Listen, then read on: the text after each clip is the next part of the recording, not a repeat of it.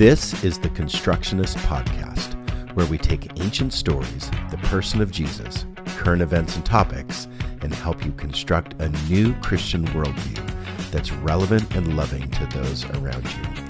I'm your host, Kevin Bates. I'm a semiotician and community builder, looking at the signs of the times to build a better future together.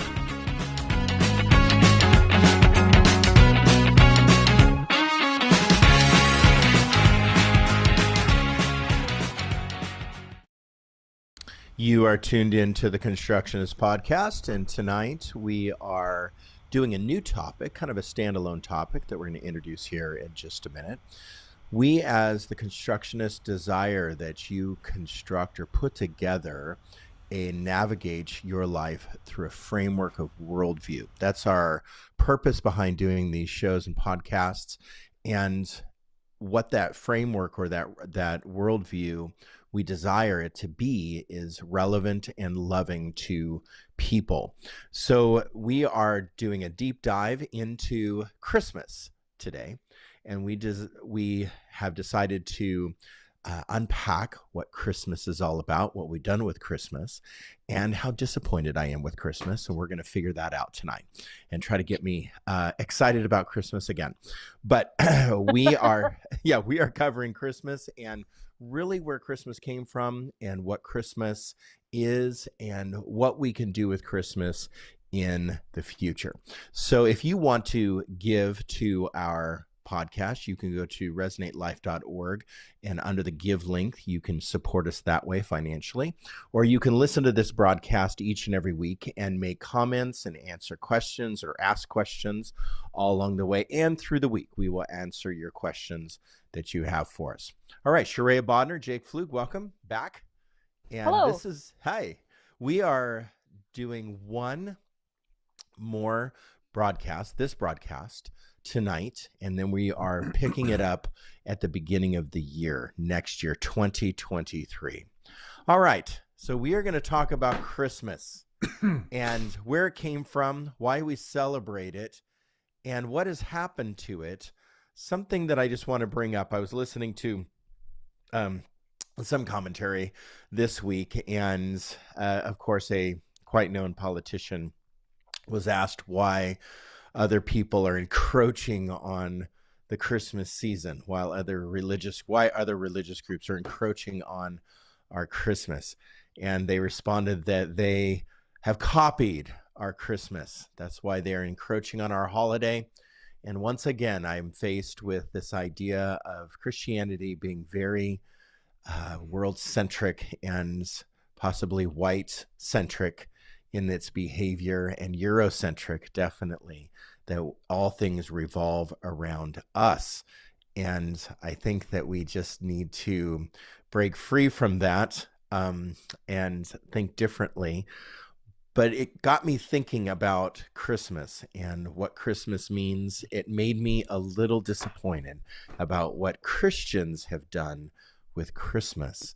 Not necessarily what the world has done with Christmas, because that's usually who's blamed, is the world has turned Christmas into commercialization enterprise or materialistic purchasing enterprise. Take the Christ out of Christmas. Took my Christ out of Christmas and all those types of things. Happy holidays. Right. Right. So you've removed my holiday and replaced it with some materialistic shopping holiday. Yet I'm a little bit disappointed with what we have done with Christmas, and how can we redeem, let's call it, the true meaning of the holiday. So let's read the Christmas story. We're going to read it first, and then we're going to talk about that passage a little bit, and then we're going to talk about the god Saturn. Great. Go ahead, Sharia. I'm going to read Luke 2, 1 through 20. I'm in the CEV if you're following along. In those days, Caesar Augustus declared that everyone throughout the empire should be enrolled in the tax lists. This was the first enrollment that occurred when I'm gonna be a jerk and interrupt you. Would you do your whole mic change thing for a second? Again? Okay. Yeah, I'm sorry. How about now? Yep. Okay. Thank you. I'm only in the second verse. Do you want me to start over? Yes, please. Go for it. All right. Luke 2, 1 through 20. In those days, Caesar Augustus declared that everyone throughout the empire should be enrolled in the tax lists. The first enrollment occurred when Quirinius governed Syria. Everyone went to their own cities to be enrolled. Since Joseph belonged to David's house and family line, he went up from the city of Nazareth in Galilee to David's city, called Bethlehem, in Judea. He went to be enrolled together with Mary, who was promised to him in marriage and who was pregnant.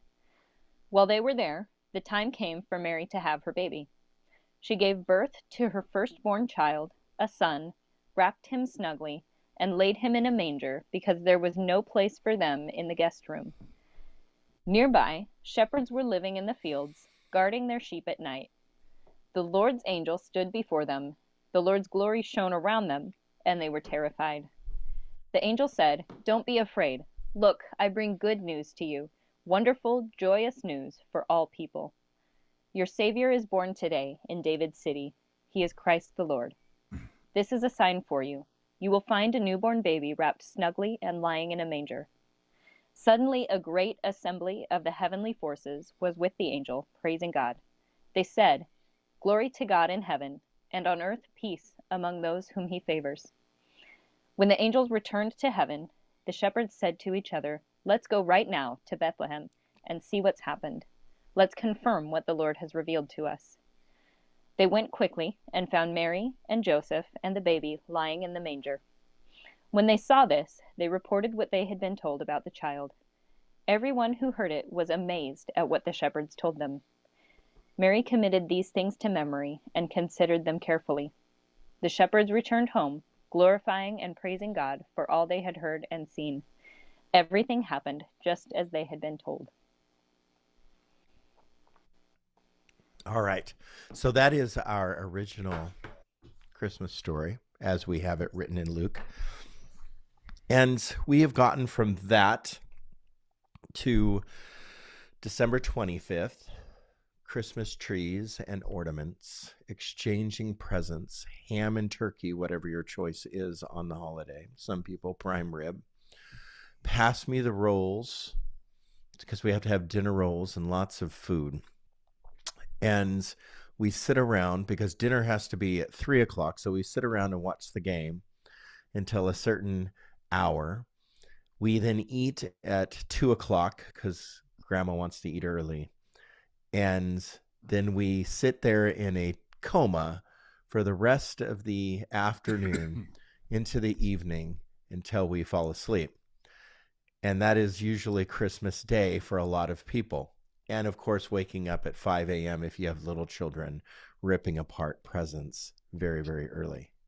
So how did we get from that story, just a very traditional Christmas story, to what we celebrate today? And that's the bridge we're going to take, and hopefully you will follow us today along that bridge. But Jake, why don't you just tell us a little bit about the Christmas story?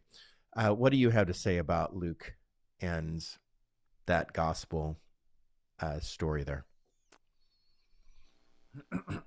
I was right in the middle of looking something up. Oh, Do you have like 2 minutes that you can talk for a second, and then I will totally join you? 2 minutes. That's like nothing. Okay, I can talk Were all you day going long. to offer me the same question? Yeah. Go ahead, Go Sheree. for it, If you have Sheree. something Wonderful. to say, There's our something 2 minutes. first. I mean, I can bring up some things that I noticed. I mean, first of all, so I went to a private Christian school and I memorized this passage when I was in the first grade. Reading it in the CEB was kind of fun because it's different than how it is stuck in my brain. I thought it was kind of funny. I'd have to go back and look at Luke 1, but I don't think we're really introduced to Joseph or anybody in Luke 1. And all of a sudden, here we are, we're in the story, and here's Joseph, and he's doing this thing. Like, we don't get any introduction or anything. It's just assumed that you know who we're talking about. And I think like that's he's an a known important figure, thing. like he's a known person. Right. Yeah. And it's important to recognize that, I think, because that means that the original audience is going to have some things in mind. Otherwise, the author would have offered some introductions. Now, what we know about Joseph is he was older. Most And likely. Mary was a lot younger. Most likely. Hmm. Ew. So we Yeah. have the ick factor there in our society. So we have this older guy, and possibly, which we can't verify this, because Joseph just drops off the page at some point in Jesus's life. Joseph just disappears. He's no longer mentioned in the Gospels, so he could have died. That's one theory. It's not important to the story. That's another theory. I couldn't imagine that he wouldn't be important to the story. But Joseph falls off the page, and potentially he was old enough that he died from just however the lifespan of a person was back then. 45, 50. Right. But what I do appreciate about how we iconicize Mary, we definitely, like in the tradition of the church, we've iconicized Mary to the point of worshiping. In some traditions, they worship Mary. And if you go to the Vatican and you see the Pieta, Jesus is in the arms of Mary after the cross. And if Jesus, traditionally 33 years old, let's say Mary was 16. Let's say she was young. That means that she would have been 49, right, when she's holding Jesus off the cross. So we really, let's not go too grody, down to 13, but let's say she was in her mid to late 40s. Possibly, let's go older and say 50s, right? Let's just guess.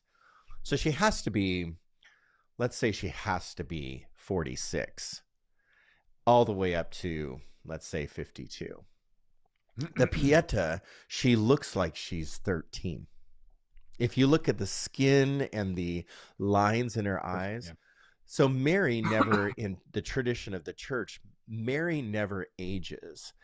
And so somehow we've gotten to this place with the characters of the story where we begin to change who they are. We begin to change what they do and what they were, their purpose was.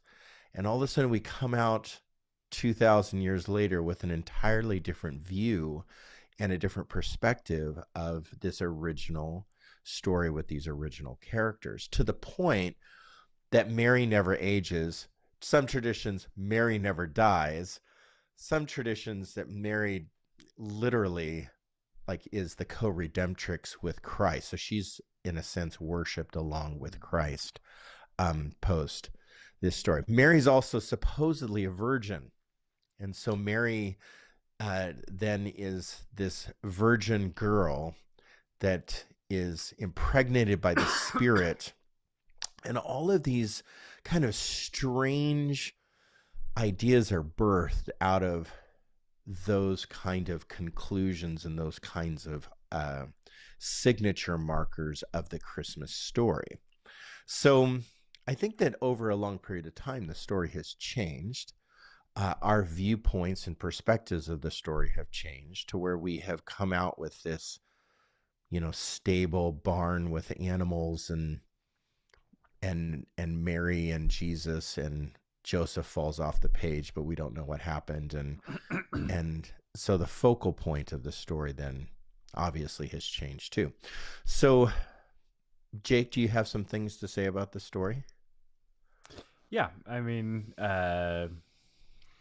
the story is a difficult one because I think the early church, especially the writers like Luke and Matthew, we have the two accounts of Jesus' birth, was trying to answer the question of where did this thing come from? And so there's probably a lot of guesses, a lot of assumptions, a lot of looking back at Isaiah and saying what prophecies were supposed to be in place so that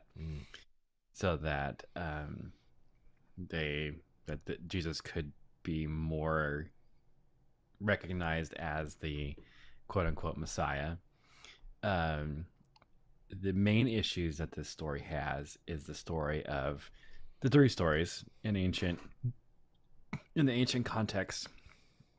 You have the story of Horus, which is the Egyptian god Horus, the story of Heracles or Hercules, and the story of Marduk. And so you put those three very iconic ancient Near Eastern gods, demigods, in perspective with Jesus, and all of their birth narratives are almost the exact same.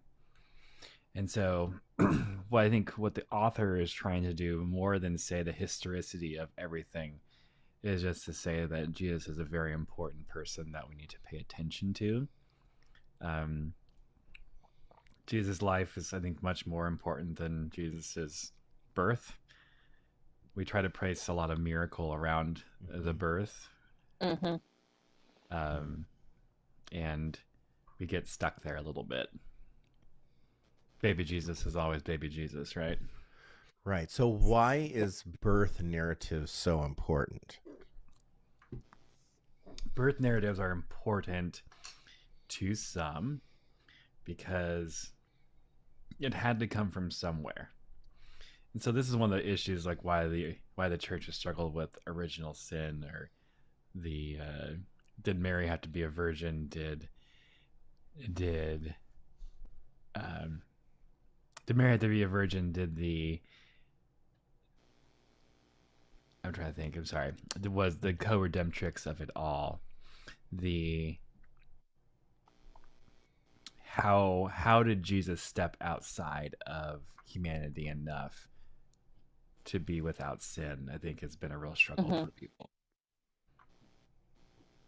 Trey, do you have anything to add about that? Why do birth narratives? Why is a birth narrative so important to religions?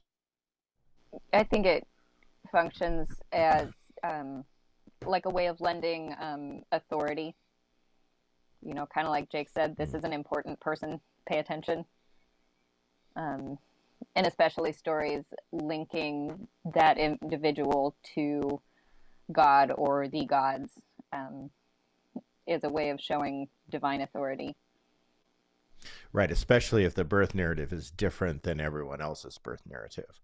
So as if it can be different, then, and this is where I struggle with the birth narrative that is in traditional Christianity, because Jesus was supposed to come as a normal individual, fully God and fully human, but to live a life just like anybody else could or did, born into an impoverished situation. But now we have this birth narrative that from the beginning in traditional Christianity pulls Jesus away from humanity.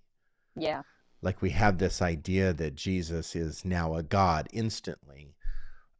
This is why I would come to believe or maybe support a different narrative that doesn't remove Jesus from the throne by any means, but to say that Mary was a virgin is actually not necessary to say.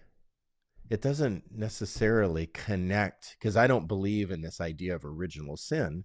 So as long as I don't believe in the idea of original sin, Mary doesn't necessarily have to be a virgin, that she could be just a young woman or a young girl. Yeah, we've translated a word to mean virgin, but all it meant was young girl.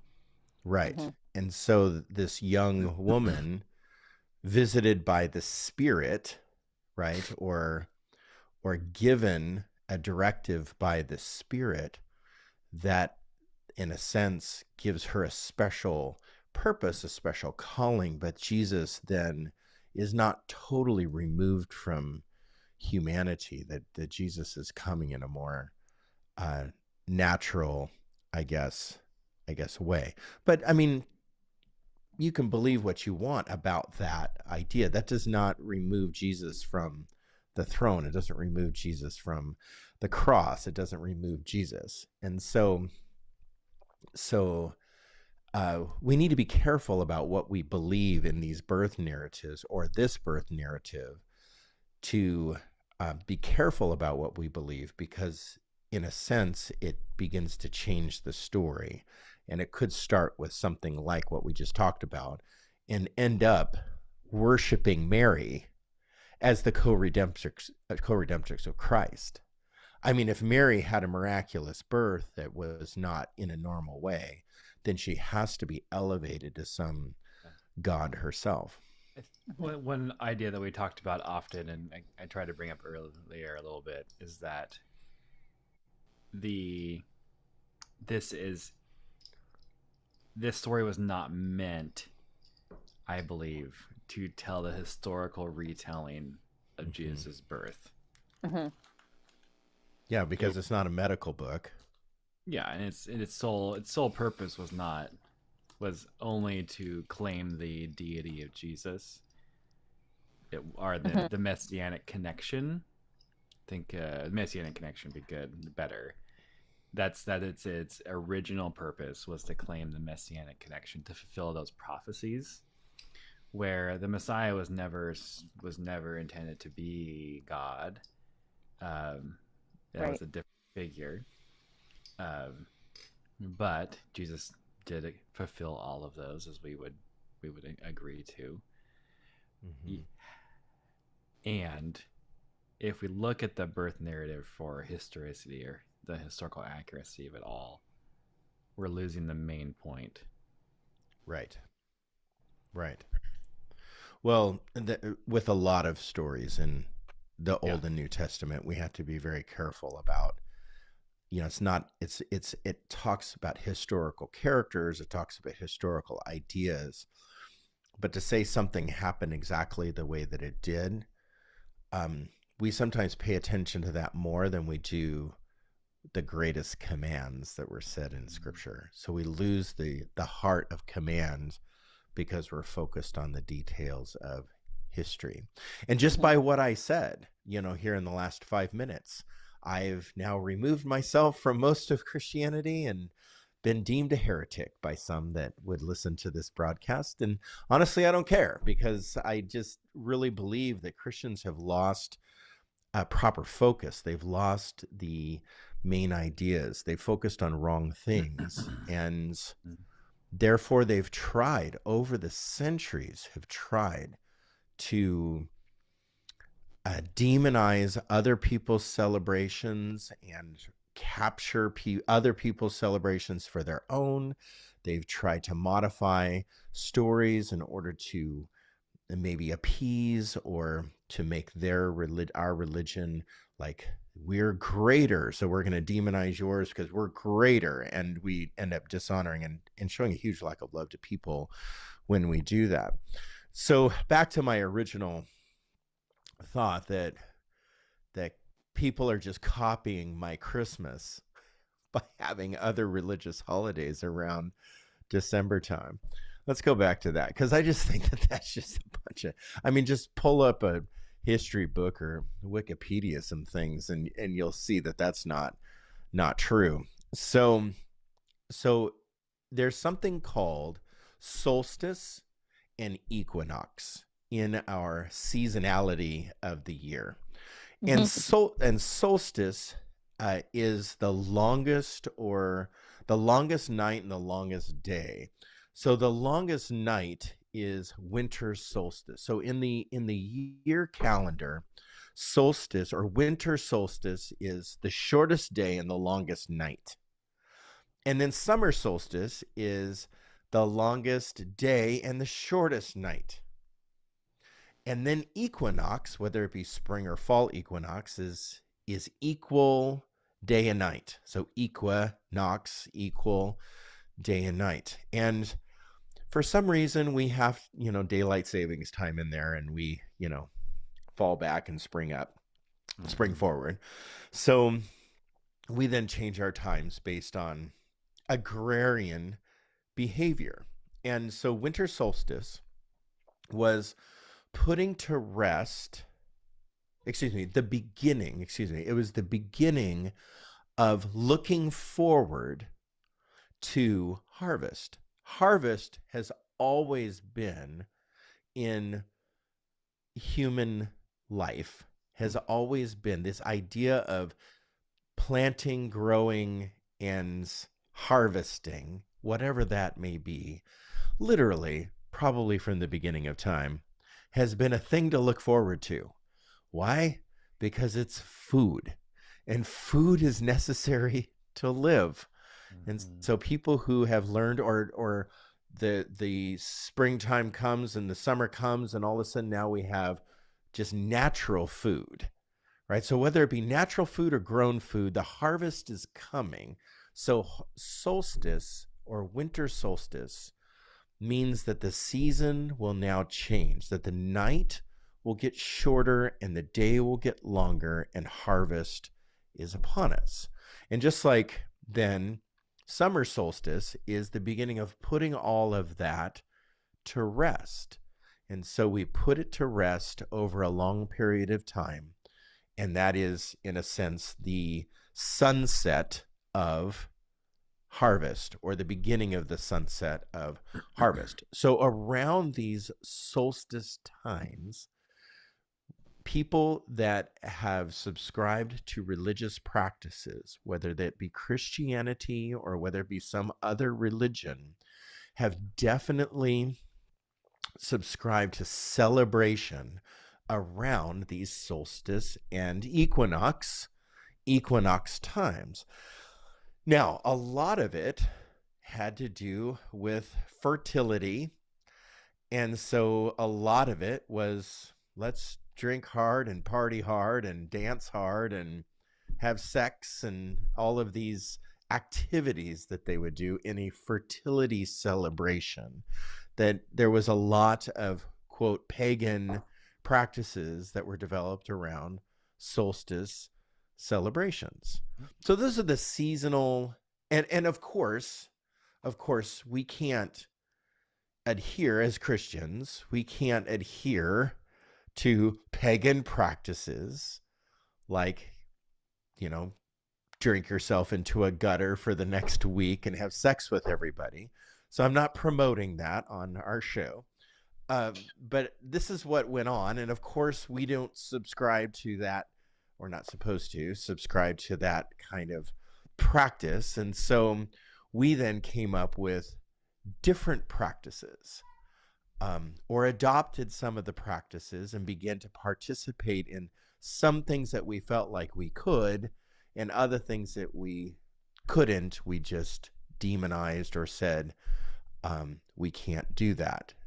We can't do that. Now, over time, especially like during some of the Puritan-styled revival times or nationalistic Christian times, we then made pagan practices illegal. And sometimes they encroached on our holidays so much, or our holidays so much, that people got sucked into them. So therefore you were anathema if you participated in them, and they were illegal. So not only did we make them, quote, illegal to practice, but then we considered the participants, and if you were a Christian and got sucked into that behavior, you were anathema. So that was a way to get kicked out of religion, is to participate in Like, do you have an pagan. example of one so people can follow along with you? To get sucked into a practice? No, what was one thing that was illegal to participate in? Well, I named like 3 or 4 of them. So you were talking about the Puritan times, right? Well, that was one time, but I was talking about Puritan type movements, that like in times of our history, Puritan type movements emerged, or making Christianity a national religion and making all other religions illegal, like during the 350s or whatever, that we demonized other religions, and if you participated in certain things, then you were considered anathema. You were considered not of the fold, not of the group. So not only did we make things like you couldn't participate in them, but if you did, then you lost your faith. You lost your community Mhm. because of it. So now we have trunk or treat.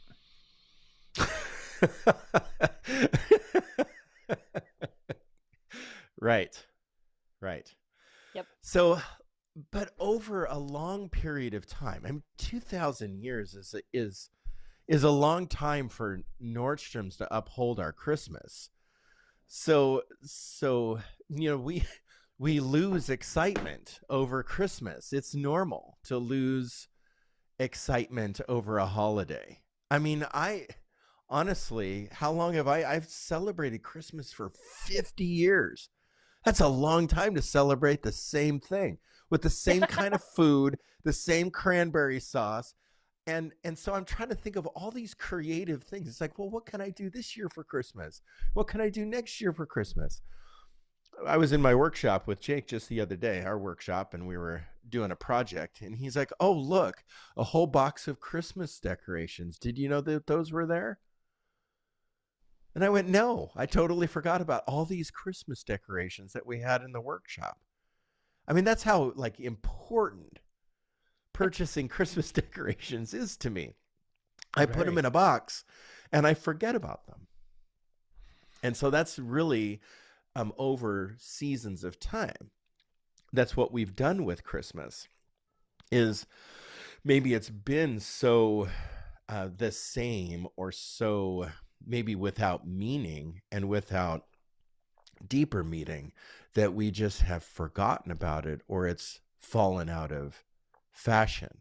So Sharia has a little story about Christmas falling out of fashion. Oh, okay. Yeah. Yeah. So why don't you talk about a little book you read? Yeah. So A Christmas Carol by Charles Dickens. I believe it was written in 1843. So this is very specific. I just looked really it up specific. this afternoon. Okay, good. I believe to it be sure was it was a written real in. story, because I'm pretty sure it's a real story. Like there's some hype around the story, but I do think this Sure. is a story. Right. So 1843-ish. I want to say that's Victorian England. It's after the Industrial Revolution has pretty well set in. And yeah, Christmas kind of just fell out of fashion. People weren't really doing Christmas anymore. And that was largely because of the Industrial Revolution. It separated people from the land. And so those seasonal-based practices, the harvest-based practices, but it also separated people from each other. So rather than taking care of each other as a community, it's just you as an individual or maybe your individual household trying to survive abject poverty.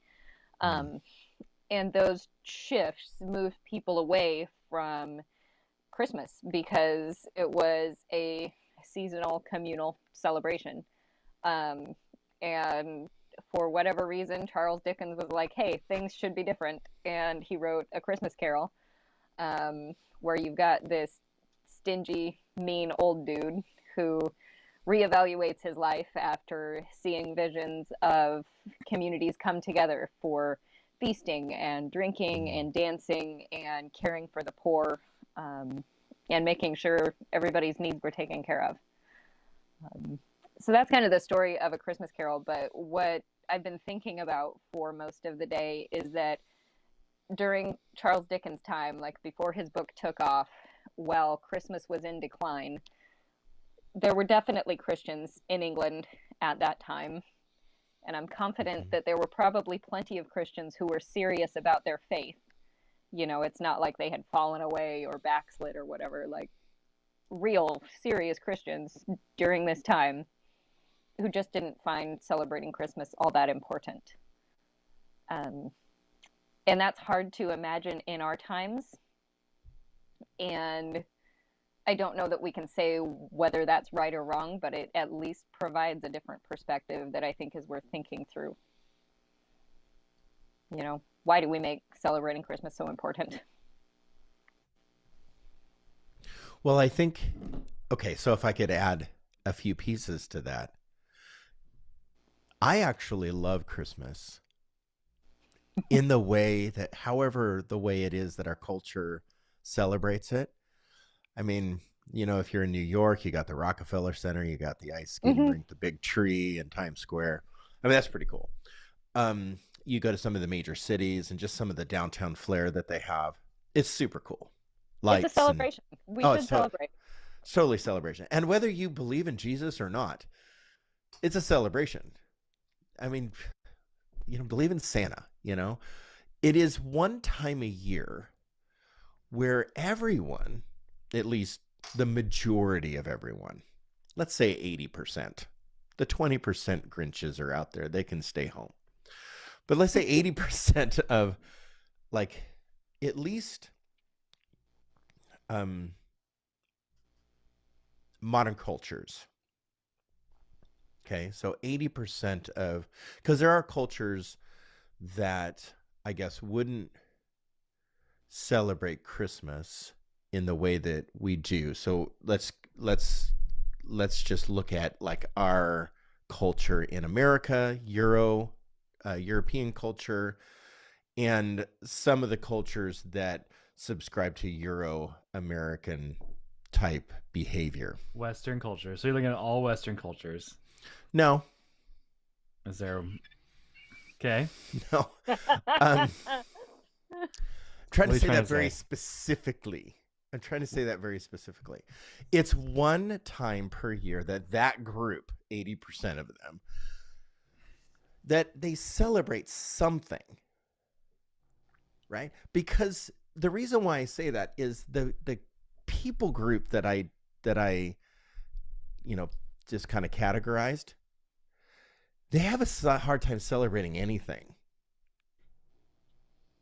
Because like Asian people, they celebrate so much. I mean, when you go to some of the festivals in like Thailand and some of the Southeast Asian countries, it is a huge celebration. Eastern cultures, huge celebration. You come to, California and they don't celebrate nothing. So like there's a sense the celebration or the idea of celebration is not in our culture. It's not in our lifestyle rhythm. Our meaning, okay, call it Western culture, but I'm talking a very, specific part of Western culture. So what's your cross-section you're trying to speak to? I'm not sure. I don't want to say. I don't know. But what I'm trying to say is there's a certain group of people that we are living amongst, the three of us, that has a very difficult time celebrating anything. We're too busy. We're too distracted. We're too addicted. We're too just wrapped up in the wrong things, wrong focuses, wrong ideas. And we call ourselves Christians, and we're still like, even those people that call themselves Christians are still wrapped up in the wrong ideas, wrong focuses, and too distracted, that we just don't celebrate. We don't celebrate much. And that's really sad. Christmas is just one time that I see that cross-section of people actually celebrate something. If they actually like, I don't know, I feel like lately, not lately, I think post 1960 40s Coca-Cola style. Oh, that's earlier than that, isn't it? That was 40s. I'm not sure. Okay. Santa Claus. Coca-Cola's Santa Claus. Yeah, let's talk about, I think the stress of trying to achieve gifts has caused celebration to go on the back burner and more anxiety to go on the front. So you think gift giving has created an anxiety around Christmas? I think is that Paisley? Yeah. Oh. She's dreaming. Dreaming. Yeah. The issue of gift giving, and well, I know we're going to talk about this a little bit later, but Christmas engages in that, especially in in the extreme gift giving and the unintentional gift giving that we have. Like no intentionality behind it, just acquisition. Sure. It becomes more of a practice of the. We talked about a hedonic treadmill already, like Right. Long time ago, yeah. the next and the greatest, the next and the greatest, and next and the greatest. Instead of actually celebrating, it becomes just more about consumption and consumerism. Consumerism, yeah. Commiserating. So here's a couple of thoughts about Christmas that probably, I don't know, it's probably not going to blow anybody's minds, but definitely there are some things about Christmas that we believe that probably is just not true. Okay. So the historic date of Christmas, of Jesus's birth, is December 25th. Probably didn't happen on December 25th. What? Probably not even close to December 25th. Probably some of the Christian traditions that we have definitely predate our traditional Jesus and the birth, the narrative that we read. Definitely the things that we celebrate or do during Christmas go far beyond that date, 2,000 years ago. So the idea of mistletoe is an ancient practice. So kiss me under the mistletoe, right? That idea of mistletoe is long an ancient practice to protect me basically from a storm. So they would hang mistletoe for protection. They would hang mistletoe for like the protection even of fear, the fear of storm or things like that. So it was a symbol. Lightning and fire? Yeah, thunder and lightning. So it was a symbol of peace and it was a symbol of joy, but it's always been considered peace and joy. It's always been considered, the mistletoe has always been considered the symbol of peace and joy. It's not something that Christians and Christmas all of a sudden just, we invented this idea that we're going to have mistletoe. And not specifically like Christian peace or Christian joy either. Right. It was just, no. It was just all just about during this season, we're going to hang the mistletoe to usher in peace and joy and protection. Why was that chosen? I have no idea. But what I do know, if you think about it, right, on the top of oak trees, because this is going to be Celtic faith, right? Right. Top of oak trees, they probably at some point saw, well, maybe the trees with mistletoe don't get struck by lightning. Oh, yeah, maybe. But what I do know is that they would hang or under the mistletoe, military people would congregate under the mistletoe and put down their weapons for truce. So that's what I do know, that weapons were actually put down. And I don't know where the kissing under the mistletoe came from, but definitely probably putting down weapons and coming together, putting down weapons and making after all out. the alcohol. I don't know. Yeah, after all the alcohol. So under the mistletoe, truce was ushered in. We put down our weapons. The idea of ivy, the holly and the ivy, right? So the ivy long before Christians ever started hanging ivy or garland, it's basically a symbol of fertility. So that is a symbol of fertility or a symbol of eternal life. So long before we started hanging ivy or garland, it was a symbol of eternal life. Now you can adopt these things and hang these things and say, this is for eternal life. I just wanted to make sure that we understand that these things were around long before we invented them, or we proclaimed that we invented these ideas.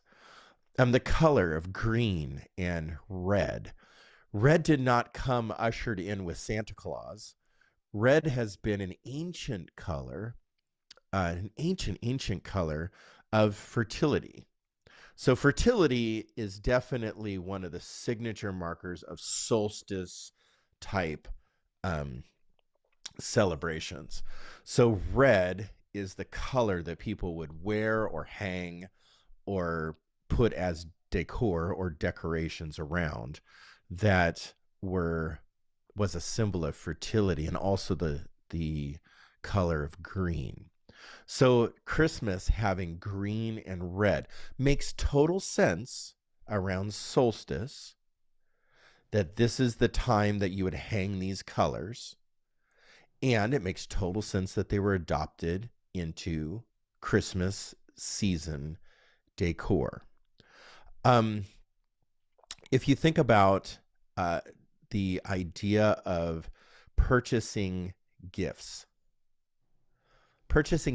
around solstice or around the Christmas season is an ancient practice. It's not something that we can say, oh, well, the wise men brought gifts, so therefore we exchange gifts. Gifts in this time frame have been given for literally millennia around this solstice time of year.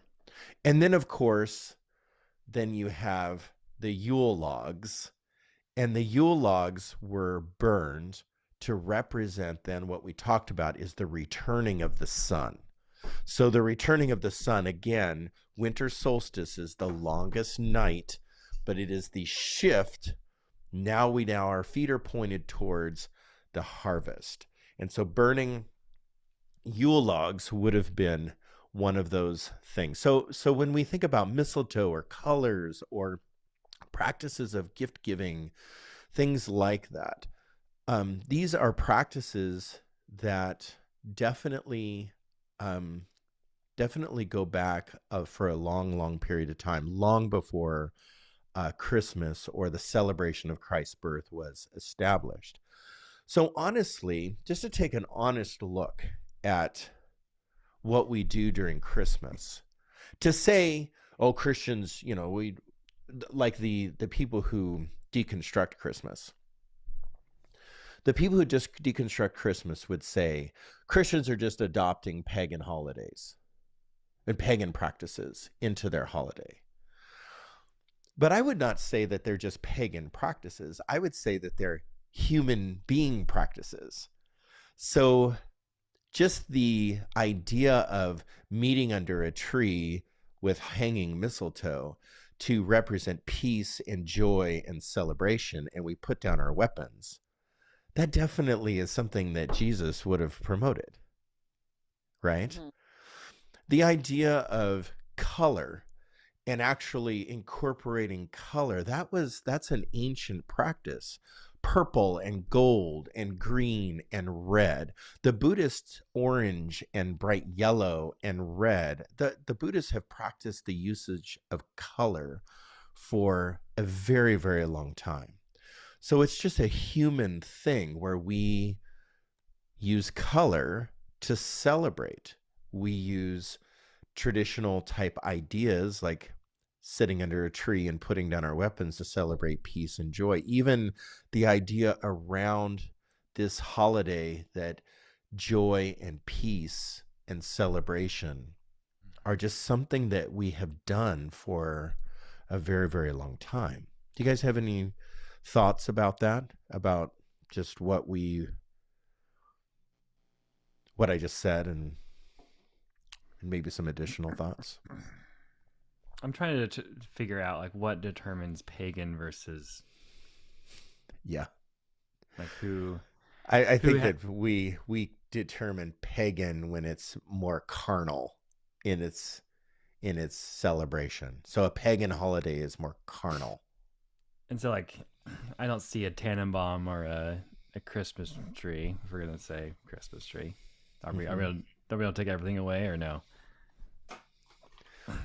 Why? What is that? What do you mean? What is the carnality in like putting a tree in your house? Well, that's not necessarily a carnal thing.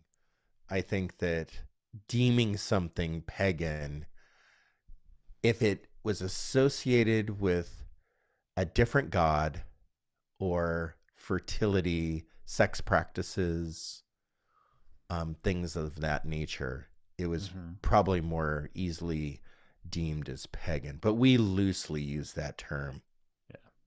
Yeah, anything that's not Christian is pagan to us. Yeah, I have a question. Like, would it be accurate to say that pagan traditions are also more animist?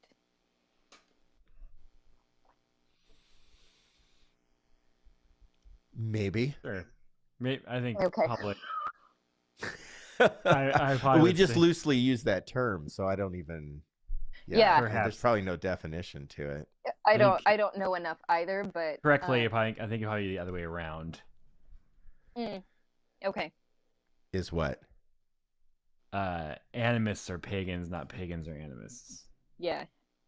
But like, so we talked about using mistletoe for protection.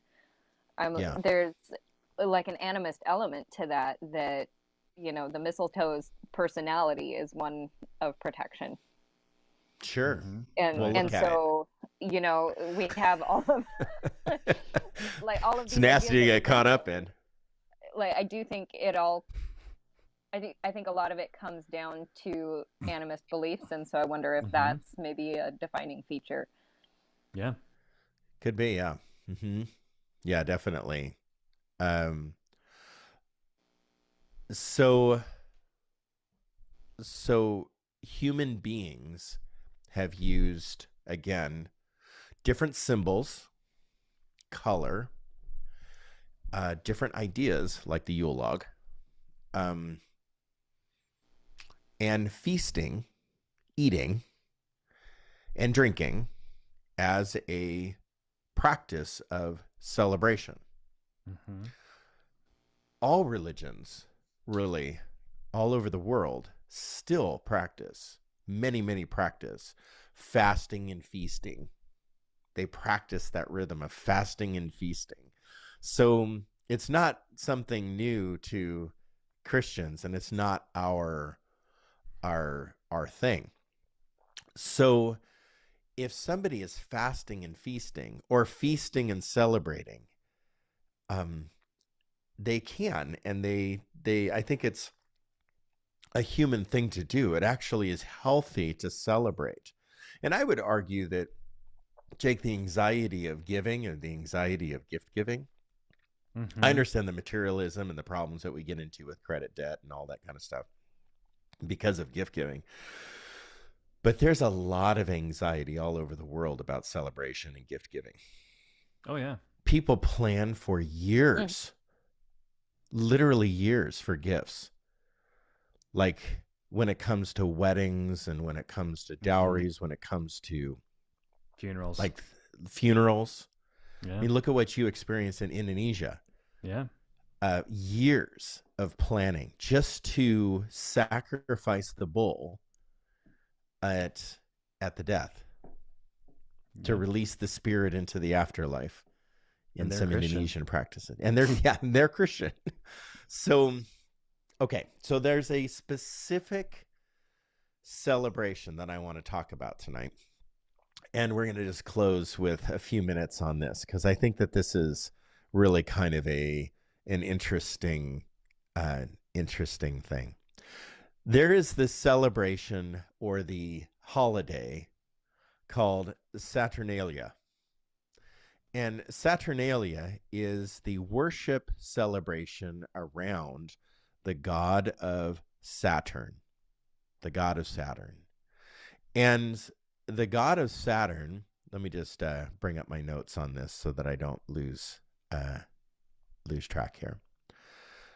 The god of Saturn was worshipped for very specific things. The god of Saturn was definitely worshipped for fertility, and also harvest and things. But most Roman gods had to do with fertility and harvest and such. So to say that the god of Saturn is uh, is specific to this, I would say no. But the temple of Saturn, you had the temple of Saturn too. Um, and the temple of Venus and the temple of Saturn, some of those representations are actually in the Roman Forum, next to the Colosseum in Rome. Specifically, the temple of Saturn is in the Roman Forum. But at the temple, there was a public banquet where people could come during Saturnalia, and they could feast on the table. And this was more of a public event. I mean, there was a public celebration. And Saturnalia took place between some of the ancient times. It took place between December 17th and sometimes expanded to December 23rd. So right around winter solstice. So Saturnalians couldn't take claim either to this is their holiday and this is their holiday season, because it goes even farther beyond even the worshipers of Saturn. But it took place during that time. And during that time, there was this public banquet.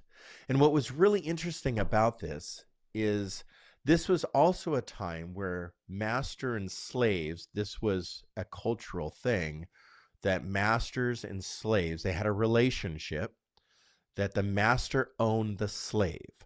The slave had to perform duties. The slave had to perform the work of, let's say, the farm or the house or the community that slave was tasked with, and they were owned property. That becomes important because the master would never put themselves in a position of owned property. That was the purpose of this. They were the owned property.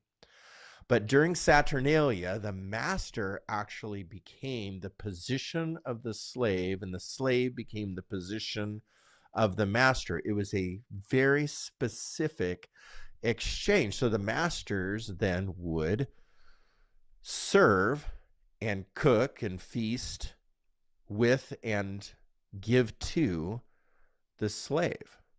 So it was a time. Switch their clothes and everything. They would switch. Yeah, they would. The master would give the slave their clothes. The master would give the slave the goods and the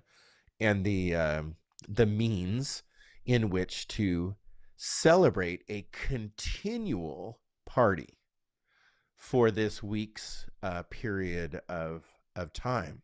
So it was a total exchange of positional authority, but also economy. It was an exchange of economy. And what I really find fascinating about that is Jesus talks about that the last will be first and the first will be last. Mm-hmm.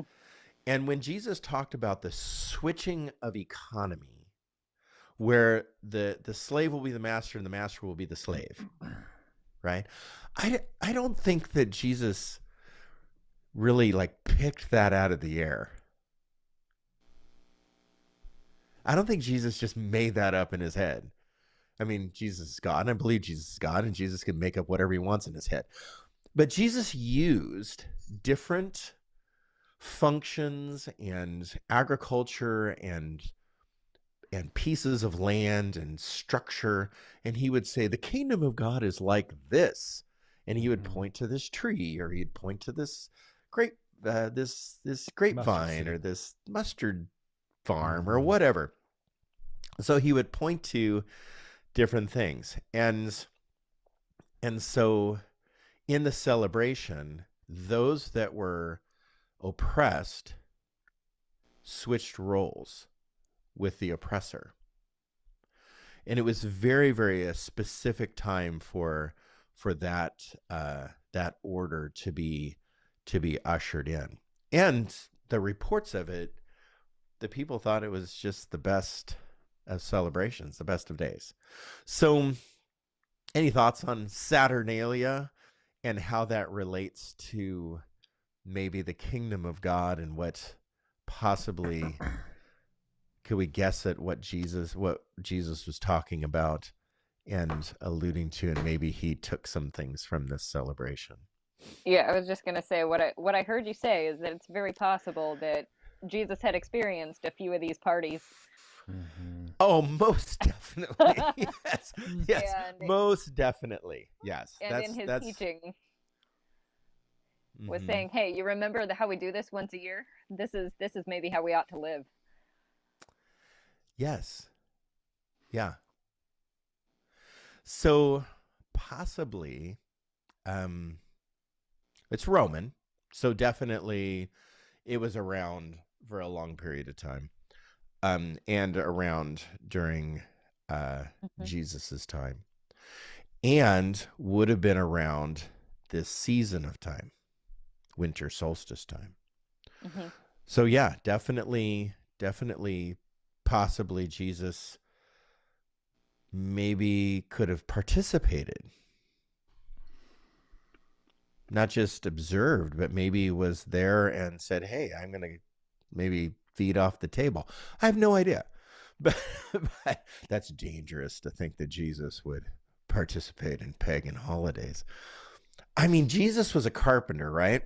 Supposedly a carpenter. Mm-hmm. And trained to be a carpenter, and they didn't build things out of wood back then.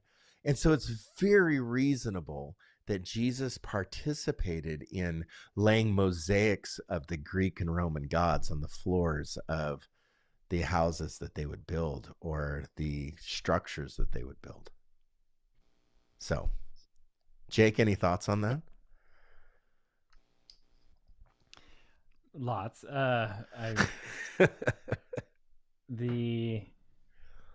I think borrowing from other cultures is what the Bible does best, especially teaching.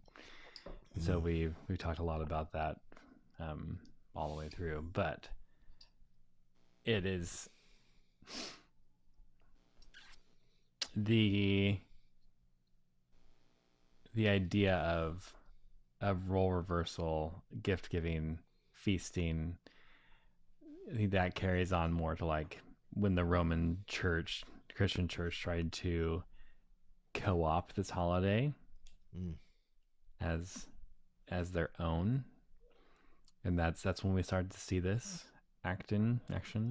Right. The Christ Mass and the Christmas, right? It's the Christ Mass. Christ Mass, yeah. It's very old. I mean, very after Jesus's life. So like what, 480 and so that's when we would see the adoption of this. Yeah, it is an interesting concept to see that Christmas as we know it was celebrated long before by a different culture than we expect it to be. Right. And we just have to own that and move forward with it and maybe actually practice it, that we have role reversal, we have freedom of slaves. Although I kind of wonder why the slave didn't just say, like, I have the power now, I'm done. Right. This will happen the rest of my life, so see you later. Right. And so what was that check and balance there? Yeah. Anyways. So, a couple other thoughts. Sheree, did you have a couple other thoughts on Saturnalia? No. Okay.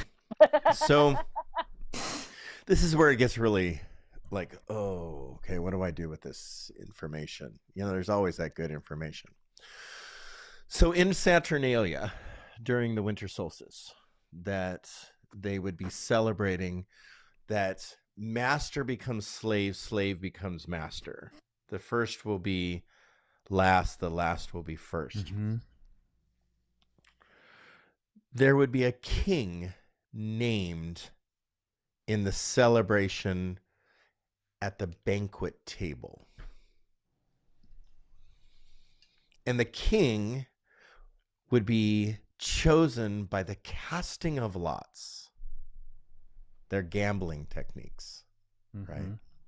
And this king would be named, and gifts would be given.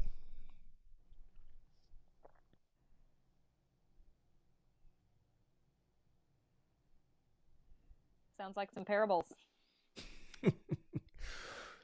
So is it safe to say that, since you said it sounds like some parables, right?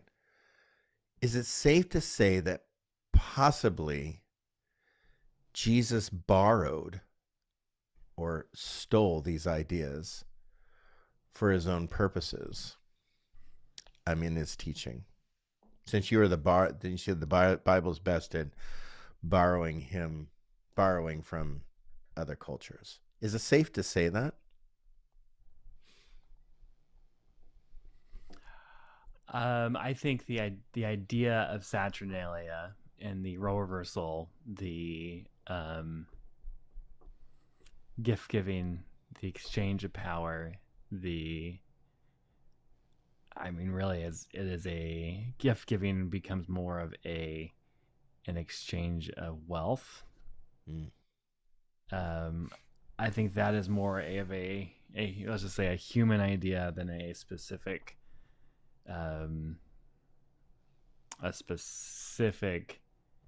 temporal celebration. And so like we see the idea of that even like in early judges in Mesopotamia, in very old texts, older than even Saturnalia, that poor will become king. You think about the oldest text that we have known, it was Gilgamesh, right? Even though Gilgamesh was a king rejected by his father, and then that's the right story. Am I saying this right? I'm getting this and Oedipus mixed up, so be careful. Those are two very different stories in my head. They are. Yes, they are. Is this right? Comes back and kills his father. Am I Beowulf or Gilgamesh? That's Oedipus. That's Oedipus. Yeah. Anyways, don't mind me. But he marries his mother. Yeah. Yeah. Well, but, from poverty to wealth is what like that idea of the winner's story. Well, so in Saturnalia, okay, the master would give the slave money to buy gifts.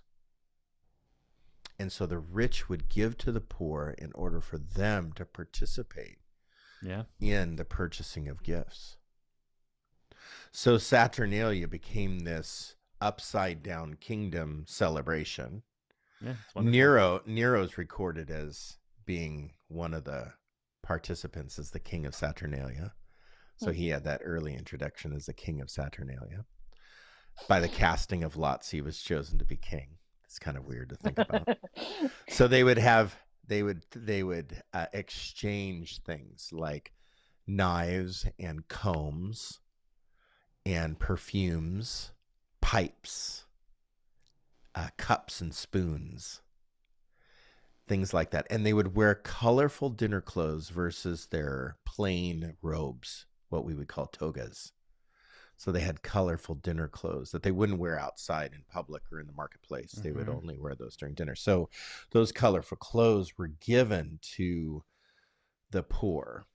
So if we learn something from Saturnalia, and if we are concluding or possibly, just alluding to the fact that Jesus used Saturnalia and some of maybe his experiences with it in his teaching. It was there. Definitely was there. It was definitely there. And then early Christians were also around Saturnalia for a long time. They would have also participated or at least been around Saturnalia, influenced by Saturnalia. So the idea of feasting at a banqueting table, or that would just be a part of human life. And so let's celebrate Christ's birth. How are we to celebrate that? Let's feast together, let's exchange gifts, let's wear colors, let's hang colors, let's do things that represent eternal life. This is what I know, what do you know? And so we kind of piecemeal together this Christmas season. I just find a certain level of beauty behind that just blows my mind. Yeah. But could we, in the truest nature of Saturnalia Christmas, could we actually participate in the upside down kingdom? I think that's definitely what Christmas invokes us to ask. Mm-hmm. That maybe then... Go ahead. I have a very concrete example. Please. We'll be serving home PDX on Christmas Day, won't we? Yes. Yeah. We will. I just find a certain level of beauty behind that. Mm-hmm. Yeah. I really am excited to do that and participate in that, and to take food down to those people without homes. Yeah. Like have a banqueting feast, with people that do not have.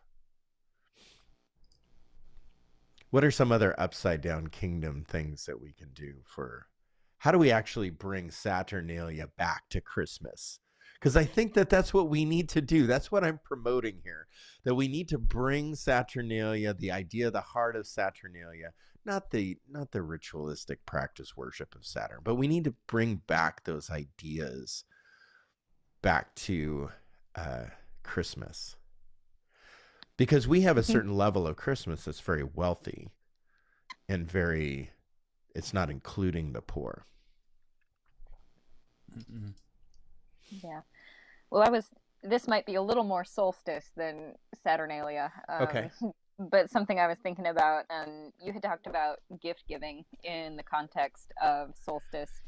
And we were kind of comparing that with modern gift giving. And I think some of the difference is that, like, during solstice, you weren't, going out to the store and buying your Christmas gifts and checking everybody off your list. But you were looking at what you had around you, the abundance that you had around you. Mm-hmm. And you were giving out of that abundance. You were maybe making handmade things, maybe using ingredients from nature that happen to occur this time of year, but not other times of year. So it's very connected to the seasons and to the earth. Like what? So today, this week, I can give you an example from this week. I bought 20 lemons because lemons are on sale and they're seasonal right now. And I peeled those lemons, and I've got the lemon peels in the fridge, and I'm going to make candied lemon peels, and probably I'll be sharing them, but that's not something that you can necessarily do. Well, you kind of can because of the way our supermarkets are, but yeah. But that's like a seasonal thing that you can do this time of year that you can't do other times of year. Mm-hmm. When you have an abundance, and then you can share. Yeah, like pumpkin pie. Like blackberries. Yeah. Or like blackberries. Yeah. Why are they so cheap? Who knows? But here we are. Here we are. There's so many things that we can do that I think would bring back the heart of celebration, that we don't necessarily need to tie it to some religious idea or a religion, that just our human condition means we will celebrate. Just because we're human beings, we can vegetables. Just because we're human beings, we candy lemons during this time, and we offer that kind of love to people around us just because we're human beings. Yeah. I think invoking the feast, and so mm-hmm. and you don't have to make everything, right? Right. Yeah. Feasting isn't all about food. It's more about just the opportunity to gather. Mm-hmm. Yeah. They would give cheap gifts during Saturnalia. And cheap gifts were gag gifts often too. Gag right? gifts too, yeah, but they would give cheap gifts. That's where the gag gift comes from. Yeah, cups and spoons, knives and pipes, writing tablets and dice, a hat, a mask, a book, sometimes even pets. It's all Things that very you practical. Yeah, It's things all use. Yeah. all very, very practical things. I think that's something that we could practice. Yeah. Just a thought. You know, that actually excites me more than Black Friday and cheap deals and trying to figure out what Shereo wants for Christmas. I think I already just figured it out. It's plants. She wants candied lemons. All right, with that, Merry Christmas, everybody. I hope that you have a wonderful holiday season and you usher in some of these ideas that we brought to the table to not just deem other practices pagan, but maybe to learn from them and use them and just be human during this Christmas season and give a little bit of yourself to those and live in that upside down kingdom. God bless everybody.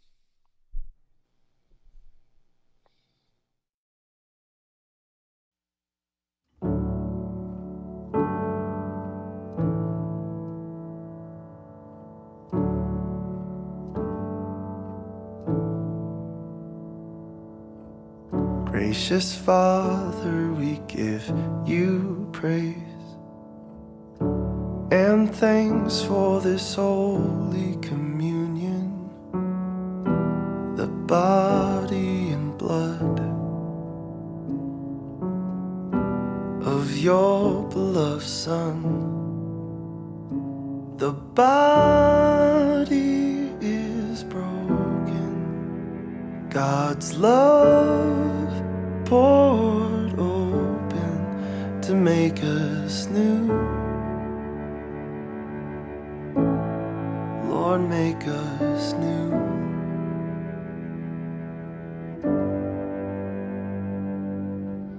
Abba, Father, we bless your name and take part in this holy communion.